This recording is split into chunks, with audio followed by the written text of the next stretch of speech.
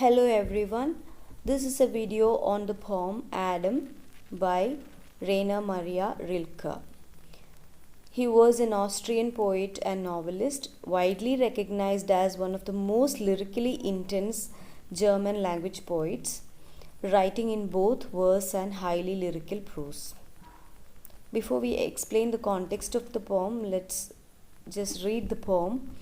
Marveling, he stands on the cathedral's steep ascent, close to the rose window, as though frightened at the apotheosis which grew and all at once set him down over these and these. And straight he stands, and glad of his endurance, simply determined, as the husbandman who began and who knew not how, from the Garden of Eden finished full, to find a way out into the new earth. God was hard to persuade, and threatened him instead of acceding. Ever and again that he would die, yet man persisted, she will bring forth. So before explaining the meaning of the poem, let's look at the context of the poem, or how the poem was inspired by the statue of Adam on the Notre Dame Cathedral in Paris. You can see the picture of the cathedral here. So in this picture you can see the western facade of the church, or the exterior portion of the building, where you can find the rose window. Rose window is the window shaped like a flower. You can see a zoomed picture of the rose window on the screen. So these pictures are shown because these are referred to in the poem. So here in this picture you can see the west rose window of Notre Dame Cathedral, and on the balustrade or the railing on the facade, western facade, you can see the two statues of Adam and Eve. They stand on either side of the rose window. So Rilke had visited Paris, and he had written a lot of poems on Notre Dame, and they are usually called cathedral poems, and he had a thorough knowledge of the sculptures on the cathedral. So when he visited Paris for the first time itself, he had mentioned these two statues, Adam and Eve, which later he wrote as poems, Adam and Eve.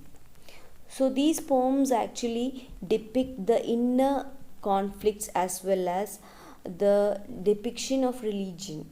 How religion depicts these characters, and what might have gone through in their minds while they had been expelled from the Garden of Eden. So we can see that in those statues, a particular moment of Adam and Eve in their life is depicted, and we can assume that it is a moment in which they had a revelation that they are being expelled from the Garden of Eden. So what might have gone through their mind when they had been expelled? So both the poems are discussing, or rather it is about the goings on in their mind during that moment. And in Adam, he depicts a resilient Adam. Like he knows that he is going to lose his position in the Garden of Eden, but he is not giving up anymore. And so he is though bewildered at the sudden fall and change everything changed for them at that moment, because God was really angry with them. And they are about to be expelled, they are about to be thrown to an unknown place like earth. But even then, he doesn't lose hope. He actually chooses to move on with his life on earth. So let's look at the poem itself. Here is the statue of Adam, and we have seen the smaller picture. Here it's a zoomed version of Adam. We can see a specific gesture of Adam or expression of Adam here. So the poet is trying to describe this statue or the particular expression on Adam. According to Rilke, the poem or rather the statue depicts a mixture of fear and surprise, because actually Adam and Eve, both the statues are placed on the facade of this cathedral, because because they had a position among the saints. Other saints are also depicted over there. Statues can be seen there. So at that moment when he was expelled, he was experiencing a kind of change in his life. Adam seems surprised and frightened at the turn of events. Actually, it could be like Adam is looking at himself on the cathedral, or it could be Adam who's being expelled, who's going to be expelled from heaven. So at that moment, Adam is experiencing something that he has never seen. So God had suddenly turned against them, both of them, and God was determined to set him down. He had actually a position in the heaven. He was coveted, and according to Bible and even Quran, God had taught him the names of everything on earth. So he was one of the best creations of God, or God had given him a position. So that was not easy for Adam to accept that he was set down by God.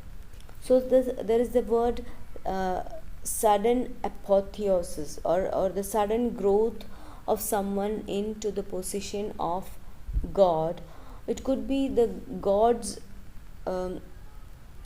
sudden change, or it could also be his own change.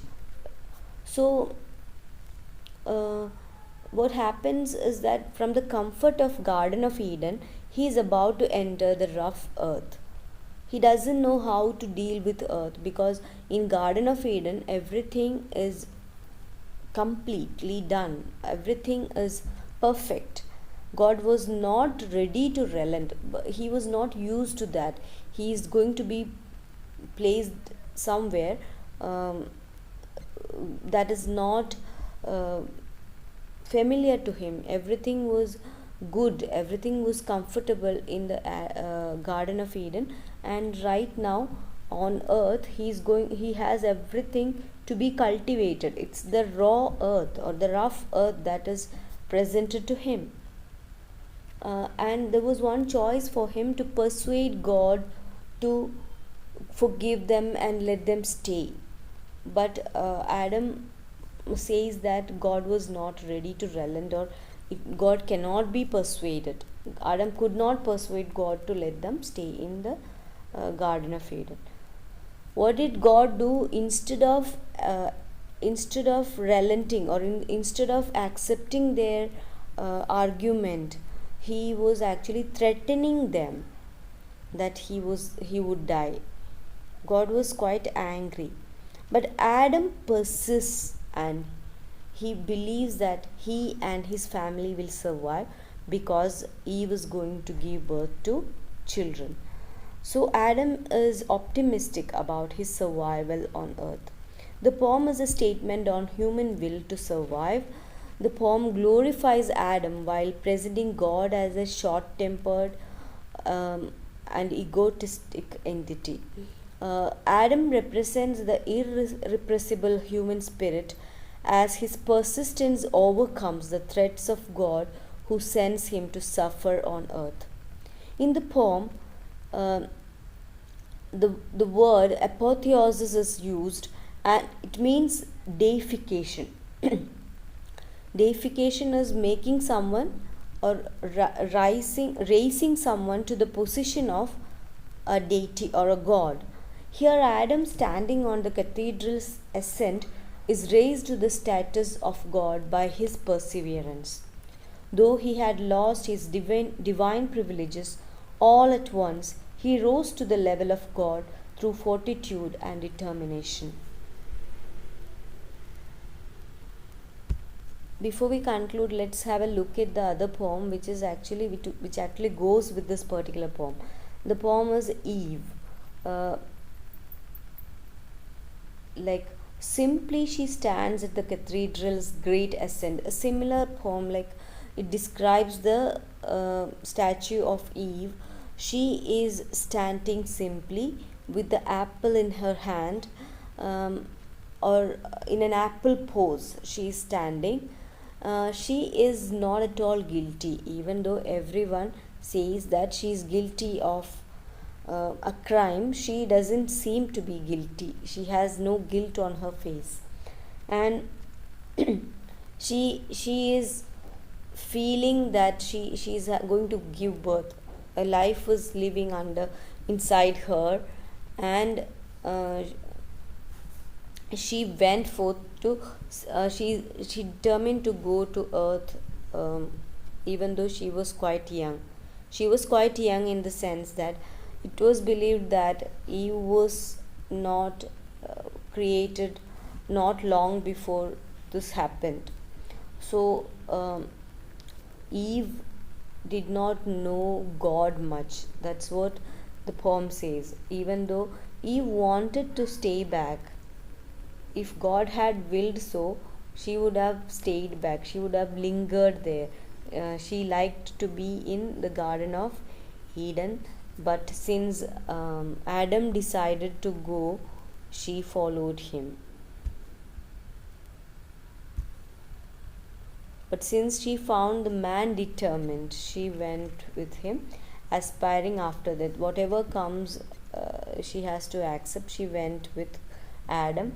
And the last line talks about how Eve knew very little about God because she was quite young as a creation. So there also you can find that God as a very insignificant figure compared to the individual personality presented of Adam and Eve. So that's all about the poem. Thank you.